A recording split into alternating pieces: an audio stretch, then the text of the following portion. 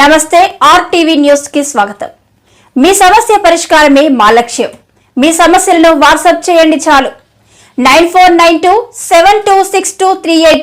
మా వార్తలు మీకు నచ్చినట్లయితే లైక్ చేయండి, షేర్ చేయండి, సబ్స్క్రైబ్ చేయడం మాత్రం మర్చిపోకండి. గింజర్తిలో పునఃప్రారంభమైన పాఠశాల. విద్యార్థుల భవిష్యత్తుకు విద్య ఎంతో అవసరం. Koyyuru circle inspector B Srinivasarao. Ginjarthi గ్రామంలో పాఠశాలను తిరిగి ప్రారంభించడంతో గ్రామ ప్రజలు, విద్యార్థులు హర్షం వ్యక్తం చేశారు. విద్యార్థుల విద్యా భవిష్యత్తును దృష్టిలో ఉంచుకుని పాఠశాలను గ్రామంలోనే కొనసాగించాలని గ్రామ ప్రజలు చేసిన విజ్ఞప్తికి స్పందన లభించింది. గతంలో గింజర్తి గ్రామంలో 5వ తరగతి వరకు పాఠశాల కొనసాగేది. అయితే 2025లో విద్యాశాఖ నూతన మార్గదర్శకాల ప్రకారం చింతలపూడి గ్రామంలోని పాఠశాలను మోడల్ స్కూల్ గా అప్గ్రేడ్ చేయడంతో గింజర్తి పాఠశాలలోని 3వ తరగతి నుంచి 5వ తరగతి వరకు విద్యార్థులను చింతలపూడి పాఠశాలలో విలీనం చేశారు. దీంతో తమ పిల్లల విద్యా భవిష్యత్తు, ప్రయాణంలో ఎదురయ్యే ఇబ్బందులను దృష్టిలో ఉంచుకున్న గ్రామ ప్రజలు పాఠశాలను గింజర్తిలోనే కొనసాగించాలని కోరుతూ సంబంధిత అధికారులకు పలుమార్లు వినతి పత్రాలు సమర్పించారు. శాంతియుతంగా తమ అభిప్రాయాన్ని తెలియజేస్తూ పలు కార్యక్రమాలు నిర్వహించారు. గ్రామ ప్రజల అభ్యర్థనను పరిగణలోనికి తీసుకున్న ఎస్పీ, జిల్లా కలెక్టర్, ఎంఈఓతో పాటు సంబంధిత అధికారులు సమస్యను ఉన్నతాధికారుల దృష్టికి తీసుకెళ్లారు. అనంతరం ప్రభుత్వం నుంచి గింజర్తి గ్రామంలో పాఠశాలను కొనసాగించేందుకు ఆదేశాలు రావడంతో పాఠశాలను పునఃప్రారంభించారు. ఈ కార్యక్రమంలో పాల్గొన్న కొయ్యూరు సిఐ మాట్లాడుతూ పిల్లల భవిష్యత్తుకు విద్య ఎంతో ముఖ్యమని, తల్లిదండ్రులు తమ పిల్లలను క్రమం తప్పకుండా పాఠశాలకు పంపించి చదువుపై ప్రత్యేక శ్రద్ధ చూపాలని సూచించారు. గ్రామ ప్రజలు, యువత, విద్యార్థులకు విద్యా ప్రాముఖ్యత, బాలికల విద్య, సైబర్ నేరాలు, మహిళలపై నేరాల నివారణ, రోడ్డు భద్రత తదితర అంశాలపై అవగాహన కల్పించారు. గంజాయి, అక్రమ సారా వల్ల కలిగే అనర్థాలను వివరించారు. పిల్లల విద్యాభివృద్ధికి తల్లిదండ్రులు, ఉపాధ్యాయులు, గ్రామ ప్రజలు, అధికారుల సమన్వయంతో పనిచేయాలని సూచించారు. గ్రామ పెద్దలు గాని, తల్లిదండ్రులు గాని, లేదా అధికారులు గాని, లేదా ఇతరత్ర ప్రజాప్రతినిధులు గాని అందరు కూడా మీ తాలూకు భవిష్యత్తును దృష్ట్యా దీనికి పోరాటం చేశారు. సో మన పోరాటంలో మంచి ఉంది, మన పోరాటంలో నిజం ఉంది, మన సమస్యలో నిజాయితీ ఉంది. అందుకు అందరూ కూడా సహకరించారు. ఇదే ప్రజాస్వామ్యం తాలూకు గొప్పతనం. మన దేశంలో ప్రజాస్వామ్యం తాలూకు గొప్పతనం ఇదే. ఒక సమస్య ఏదో రకంగా అయింది, ఏవైనా గవర్నమెంట్స్ జీవోలు కానీ, చట్టాలు కానీ ప్రజలకి మంచి చేయాలని సదుద్దేశంతోనే చేస్తారు. కానీ కొన్ని సందర్భాల్లో చిన్న చిన్న పొరపాట్లు అనేవి జరుగుతుంటాయి. సో దాన్ని మనం చక్కగా రిప్రజెంటేషన్ చేయగలిచారు. సో ఇమీడియట్లీ అధికారులు కూడా స్పందించి మళ్ళీ సమస్యని పరిష్కారం చేసి మళ్ళీ ప్రజలకందరికీ ఏదైతే వెసులుబాటుగా ఉంటుందో, ప్రజలందరికీ ఏదైతే అవసరమో దాన్ని గుర్తించి మళ్ళీ ప్రభుత్వం అనేది మనకి ఈ రకంగా చేశారు. ఇదే మన ప్రజాస్వామ్యం తాలూకా ఘనత, గొప్పతనం. అందరం కూడా దాన్ని మనం గుర్తుపెట్టుకోవాలి. మన దేశం తాలూకు రాజ్యాంగం గొప్పతనం, రాజ్యాంగంలో ఉన్నటువంటి ప్రజాస్వామ్యం తాలూకు గొప్పతనం. ప్రజలు ఎవరైతే ఏదైతే కోరుకుంటారో, ప్రజల తాలూకు సమస్యలో ఏదైతే నిజముందో, నిజాయితీ ఉందో ఖచ్చితంగా అది పరిష్కారం అనేది చేస్తారు. అయితే ఈ సమస్య పరిష్కారం అవడం ఇదంతా ఆనందదాయకం. ఇకపై వచ్చేటప్పుడు మీ అందరి మీద కూడా బాధ్యత ఇప్పుడు ఉంది. ఈ సమస్య వచ్చింది, క్లియర్ అయింది, మళ్ళీ మనం తీసుకున్నాం. సో వచ్చిన తర్వాత ఇప్పుడు అందరి మీద కూడా బాధ్యత ఉంది. ప్రతి తల్లిదండ్రుల మీద బాధ్యత ఉంది, ఉపాధ్యాయుల మీద బాధ్యత ఉంది, అలాగే మన ఎంఈఓ గారి మీద కూడా బాధ్యత ఉంది, అధికారులు అందరికి కూడా బాధ్యత ఉంటుంది, విద్యా కమిటీ అందరికీ బాధ్యత. ఎందుకనంటే ఈ స్కూల్ని ఖచ్చితంగా మనం రన్ చేయాలి.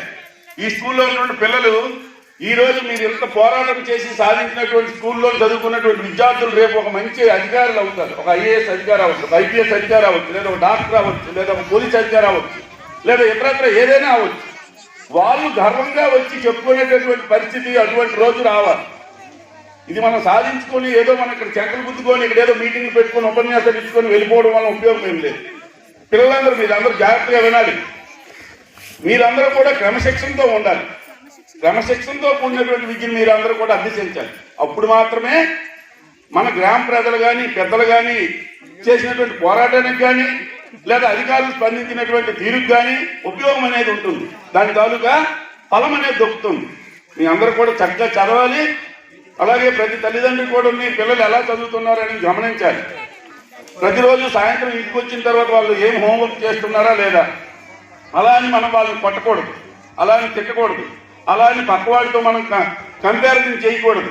ఆడు బాగా చదువుతున్నాడు, నువ్వు ఎందుకు చదవట్లేదు, లేదా అమ్మాయి వాళ్ళు చదువుతుంది నువ్వు ఎందుకు చదవట్లేదు అని అనకూడదు. ఒకరికి ఒక క్యాలిబర్ ఉంటుంది, ఒకరికి ఒక ఐక్యూ ఉంటుంది. సో తక్కువలో ఉన్నా సరే మనం వాళ్ళని ప్రోత్సహించాలి. పిల్లల్ని నువ్వు చేసావు, ఇంకా చేయగలవు, ఇంకా ముందుకు వెళ్ళగలవు, ఇంకా అభివృద్ధి సాధించగలవు అని మనం వాళ్ళకి ప్రోత్సహించి వాళ్ళతో మాట్లాడాలి. క్రమశిక్షణతో కూడినటువంటి విద్య వచ్చిన రోజు మాత్రమే ఆ వ్యక్తి అయినా అభివృద్ధి చెందుతాడు. తద్వారా ఆ ఇల్లు అభివృద్ధి చెందుతుంది, గ్రామం అభివృద్ధి చెందుతుంది, సమాజం అభివృద్ధి చెందుతుంది, దేశం అభివృద్ధి చెందుతుంది. మనం అది గుర్తుపెట్టుకోవాలి. సంస్కారం నేర్పాలి, విలువలు నేర్పాలి, మంచి బుద్ధులు నేర్పాలి. అది ఉపాధ్యాయులది బాధ్యత. అట్ ది సేమ్ టైం పిల్లల తల్లిదండ్రులు కూడా బాధ్యత ఉంటుంది. మన పిల్లలు ఏం చేస్తున్నారు అని మనం గమనించాలి. ఈ రోజుల్లో ఎక్కువ సోషల్ మీడియా అనేది వచ్చింది. సోషల్ మీడియా పూర్వకంగా రకరకాలు టైం అనేది వేస్ట్ చేస్తున్నారు స్టూడెంట్స్, యువత. ఎందుకనంటే రీల్స్ చూసుకుంటారు, లేదా ఫేస్బుక్ ఫ్రెండ్స్ అంటారు, లేదా ఇన్స్టాగ్రామ్ ఫ్రెండ్స్ అంటారు. రకరకాల నేరాలు చేయడానికి కూడా వాటిని వినియోగిస్తున్నారు. ఈ సోషల్ మీడియా ఏదైతే ఇంటర్నెట్ ఉందో, ఇంటర్నెట్ని మనం మంచికి ఉపయోగించుకోవాలి. అన్ని రకాలుగా కూడా ఉపయోగపడుతుంది. మనకు ఏది అవసరమో దాన్ని స్వీకరించాలి, ఏదైతే చెడు ఉందో చెడును విసర్జించాలి. అలా అయితే వ్యక్తిగా అబ్బాయి కూడా అమ్మాయి అయినా సరే ఎవరైనా అభివృద్ధి చెందుతారు, సమాజం కూడా అభివృద్ధి చెందుతుంది. అందుకు మీరందరూ కూడా ఏదైతే ఈ ఇంటర్నెట్ని కానీ నెట్ని కానీ జాగ్రత్తగా వినియోగించాలి. తల్లిదండ్రులు కూడా మన పిల్లలు ఏం చేస్తున్నారో అబ్జర్వేషన్ చేయాలి. లేదు అంటే దారి తప్పుతుంది. దారి తప్పి ఆ చెడ్డ పేరు మనకే వస్తుంది. మనల్ని రేపొద్దున్న ఎవరైనా సరే అంటారు. మన పిల్లలకి ఎవరైనా మంచి చెప్పినా సరే మనమే ఆనందపడతాం, ఎవరైనా చెడ్డగా చెప్పినా మన మనసు బాధపడుతుంది. ఆ సమయానికి మనం ఏం అనుకోవచ్చు, కానీ తల్లిదండ్రులు చాలా బాధపడతారు. ఒక అబ్బాయి గురించి కానీ అమ్మాయి గురించి కానీ ఎవరైనా ఇతరులు చెడుగా మాట్లాడినా, చెడుగా చెప్పినా సరే చాలా బాధపడతాం. సో అందుకేంటంటే మనం ముందు నుంచే వాళ్ళకి మనం ఒక పద్ధతిలో ఒక ఆచరణాత్మకంగా మనం చేయాలి. లేదు అని అంటే మొక్కయ్య వంగనిది మానయ్య వంగ. సో చిన్నప్పుడే మనం మంచి విలువలు బుద్ధులు నేర్పాలి. మన సమాజంలో క్రమశిక్షణతో కూడినటువంటి వ్యక్తులు ఏ రకంగా అభివృద్ధి చెందారు, క్రమశిక్షణ లేనటువంటి వ్యక్తులు ఏ రకంగా అధోగతి పాలయ్యారు అని మనం చూపించాలి. ఉదాహరణతో సహా మన సమాజంలో మన చుట్టూనే ఉంటారు. ఒక వ్యక్తి చిన్న స్థాయి నుంచి పై స్థాయికి ఎలా అభివృద్ధి చెందాడు, ఒక వ్యక్తి ఎలా కిందకు పడిపోయాడు అని మనం చూపించాలి. విద్య అనేది చాలా గొప్పది. డబ్బు ఉండొచ్చు, భూమి ఉండొచ్చు, సంపద ఉండొచ్చు, ఆస్తి ఉండొచ్చు, కానీ అవి ఏ రోజైనా పోవచ్చు, చెప్పలేదు. కానీ విద్య అనేది మాత్రం ఎవరు తస్కరించలేదు, దొంగలించలేదు. ఆ విద్యతోనే మనం ఏదైనా అభివృద్ధిని సాధించగలం. పాతకాలంలో ఉన్నటువంటి యుద్ధాలు రాజులు కత్తులు దీంతో చేసేవారు రాజుల సమయంలో. ఇప్పుడు పుస్తకం అనే ఆయుధంతోనే మనం ఏదైనా సాధించాలి. విద్యతోనే మనం విద్యనే ఆయుధంగా చేసుకోవాలి. ఆయుధంగా చేసుకొని ప్రపంచాన్ని ఏలుతున్నారు. ఇప్పుడు ఈరోజు మైక్రోసాఫ్ట్ అవ్వచ్చు, లేదా గూగుల్ అవ్వచ్చు, రకరకాల కంపెనీస్ ఉన్నాయి. వాళ్ళ సిఇఓస్ అందరూ ఇండియన్సే. వాళ్ళందరూ మన దేశంలోనే పుట్టారు, ఇక్కడే చదువుకున్నారు. మరి మనం ఎందుకు కాలేదు? క్రమశిక్షణ కూడా ఉండాలి. క్రమశిక్షణ లేకపోతే ఎవరిపైనా అధోగతి పాలవుతుంది. అలాగే ఎటువంటి వ్యసనాలకు కూడా బానిస అవ్వకూడదు. యువత మత్తు పదార్థాలకు బానిస అవుతున్నారు ఎక్కువగా. గంజాయి లేదా సారా, వీటికి మత్తు పదార్థాలకు బానిస అయ్యి మన తాలూకా ఏదైతే ఎయిమ్ ఉందో, ఏదైతే గోల్ ఉందో వాటన్నింటినీ మనం విడిచిపెట్టేస్తున్నాం. విడిచిపెట్టేసి అనవసరమైనటువంటి దీంట్లో దూరి అక్కడతో అది అధోగతి పాలవుతున్నాం. ఏవైనా మత్తు పదార్థాలు స్వీకరిస్తే అధోగతి అవుతాం, అవి మానితే పురోగతి అవుతాం. మన డబ్బులతోనే మనం తాగుతాం, మన డబ్బులతోనే మనం చేస్తాం, కానీ అందరి దగ్గర పాల్తున్నాయి. సో అందుకు వ్యసనాల పట్ల దూరంగా ఉండాలి. సోషల్ మీడియాను కూడా జాగ్రత్తగా వినియోగించుకోవాలి. అలాగే అందరూ కూడా రోడ్ సేఫ్టీ నియమాలు పాటించాలి. ప్రజలు అందరూ కూడా రోడ్ సేఫ్టీ నియమాలు పాటించాలి. ఎందుకంటే ఇప్పుడు ఉన్నటువంటి ప్రతి కుటుంబంలో కూడా ఒకరు లేదా ఇద్దరు పిల్లలు ఉంటున్నారు. మన పిల్లలు ఏమైనా యాక్సిడెంట్స్ ఎవరికైనా ఏదైనా జరిగిందని ఇస్తుంది, ఏమవుతుంది? మనం తిరిగి తేగల మా ప్రాణాలని తేలేదు. ఎంతో ఇష్టంగా పెంచుకున్నటువంటి పిల్లలు వయసులోకి వచ్చి 18 ఏళ్ళు, 20 ఏళ్ళు, 25 ఏళ్ళు సంపాదించి తల్లిదండ్రులకు ఆసరాగా ఉంటాడనుకున్నటువంటి పిల్లలు రోడ్డు యాక్సిడెంట్స్లో చనిపోతున్నారు. కేవలం నిర్లక్ష్యమైనటువంటి రోడ్ సేఫ్టీ నియమాలు పాటించకపోవడం, నిర్లక్ష్యంగా రోడ్ సేఫ్టీ నియమాలు పాటించట్లేదు. ఎవరు హెల్మెట్స్ ధరించట్లేదు. ఎవరు కూడా ర్యాష్ డ్రైవింగ్ ఎక్కువ మంది చేస్తున్నారు. అలాగే మద్యం తాగి వాహనాలు నడుపుతున్నారు. కానీ ఆ కడుపు కోతను అర్థం చేసుకోవాలి. మనం ప్రతి ఒక్కరము చెప్పులు 2,000 రూపాయల చెప్పులు వేసుకుంటున్నాం, 1000 రూపాయల చెప్పులు కొంటున్నాం. ఎవరు తక్కువ చేయట్లేదు. కారణం పాదాలకు రక్షణ తప్పు లేదు, పెట్టుకోవాలి. పాదాలకు ముందుకు వచ్చితే ప్రాణం పోదు. కానీ పాదాలకే మనం 1000-2000 రూపాయలు మనం ఖర్చు పెడుతున్నాం. కానీ మన ప్రాణం అలా అంతా మన ప్రాణం ఉంటుంది ఇందులో. రోడ్డుకి ఏమైనా తగిలితే ప్రాణాలు పోతాయి. మరి దానికి మనం ఎంత సురక్షితంగా ఉంచుకోవాలి? పోలీసులు కానీ మీ అందరికీ ఫైన్ చేయాలని చెప్పి ఉద్దేశం మాకేం ఉండదు. కేవలం నియమాలు పాటిస్తే మీ అందరూ సురక్షితంగా ఉంటే, మీ అందరూ సేఫ్టీగా ఉంటే మీరు బాగుపడతారు. తద్వారా మన భారతదేశం అనేది బాగుపడుతుంది. భారతదేశం బాగుపడితే భారతదేశంలో ఉన్న మనం అందరం కూడా బలాలను మనం స్వీకరించే వాళ్ళం అవుతుంది. అందువలన అందరూ కూడా ఏవైతే ప్రభుత్వాలు చేస్తున్నటువంటి చట్టాలు ఉన్నాయో చట్టాలను అందరం గౌరవించాలి. సమస్యలు ఏవైనా ఉంటే మనం తెలియజేయాలి. మళ్ళీ ఆ సమస్యలో మన తాలూకా సమస్య నిజాయితీగా ఉంటే, నిజం ఉంటే ఖచ్చితంగా పరిష్కారం అనేది జరుగుతుంది. దానికి మన గింజెత్తి పాఠశాల మళ్ళీ మనం పునఃప్రారంభించుకోవడమే ఒక పెద్ద ఉదాహరణ.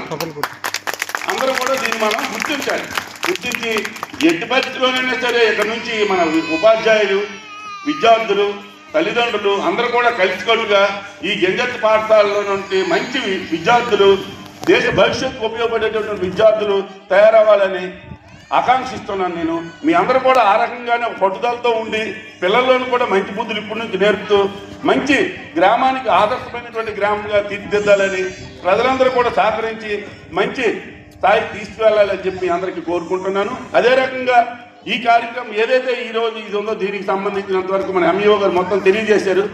అదే రకంగా ఆ రోజు నేను కూడా మా ఎస్పీ గారు అడిగారు దీని మీద. మా డిఎస్పీ గారు, ఎస్పీ గారు కూడా ప్రతిరోజు మా కాన్ఫరెన్స్ జరుగుతాయి. ఎవ్రీడే మార్నింగ్ ఈవినింగ్ కాన్ఫరెన్స్ జరుగుతాయి. ఏం జరుగుతుంది, ఏం జరిగిందని ప్రతి విషయం మీద చర్చిస్తారు. ఆ రోజు ఇక్కడ మీరు ధర్నా చేస్తున్నారనే విషయం ఎస్పీ గారు అడిగారు. ఎందుకు చేస్తున్నారు అని అంటే చెప్పాం, ఇలా పలానా సమస్య దీనివల్ల ఇలా ఏదంటే అలా ఎలా అవుద్ది అన్నారు. అలా అవ్వకూడదు కదా, అక్కడ ప్రజలకు అది కావాలి. ఎందుకు అది అవ్వట్లేదు, దాని మీద ఒక రిపోర్ట్ నాకు పంపించండి అన్నారు ఎస్పీ గారు. ఇమీడియట్లీ నేను రిపోర్ట్ తయారు చేసి ఎంఈఓ గారిని కూడా కలిసేది డీటెయిల్గా తీసుకున్నాను. ఎంఈఓ గారితో మాట్లాడాను, ఏంటంటే ఆయన దగ్గర తీసుకున్నాను, టీచర్స్తో మాట్లాడాను. అప్పుడు ఉన్నటువంటి స్ట్రెంగ్త్ అంతా అవన్నీ తీసుకున్నాను డీటెయిల్స్. మన వాళ్ళు అంతా ఇచ్చారు. విద్యా కమిటీ తాలూకా ఏవో అంత అప్లికేషన్స్, ఫార్మ్స్, సిగ్నేచర్స్ ఇవన్నీ ఇచ్చి వీటన్నింటినీ కలిపి ఎంక్రోజ్ చేస్తూ ఓ రిపోర్ట్ తయారు చేశారు. సార్ ఇమీడియట్లీ కలెక్టర్ గారితో మాట్లాడుతానన్నారు, మాట్లాడారు. ఆయన కూడా ఎవరికైనా సరే విద్యార్థులకి అన్యాయం జరిగితే ఆయన అంగీకరించారు. ఎక్కువగా మన స్కూల్స్లో, మన గ్రామీణ నేపథ్యంలో ఎవరు టీచర్స్ సక్రమంగా స్కూల్కి రావాలి, విద్యార్థులకు విద్య అందించాలి, విద్యార్థులు కూడా విద్య అభ్యసించాలి, మంచి జీవితం అనుభవించాలి అని చెప్పి ఉద్దేశంతో మా ఎస్పీ గారు కూడా ఉంటారు. అందువల్ల మీ అందరూ కూడా చాలా క్రమశిక్షణతో అటువంటి చేసినటువంటి ధర్నా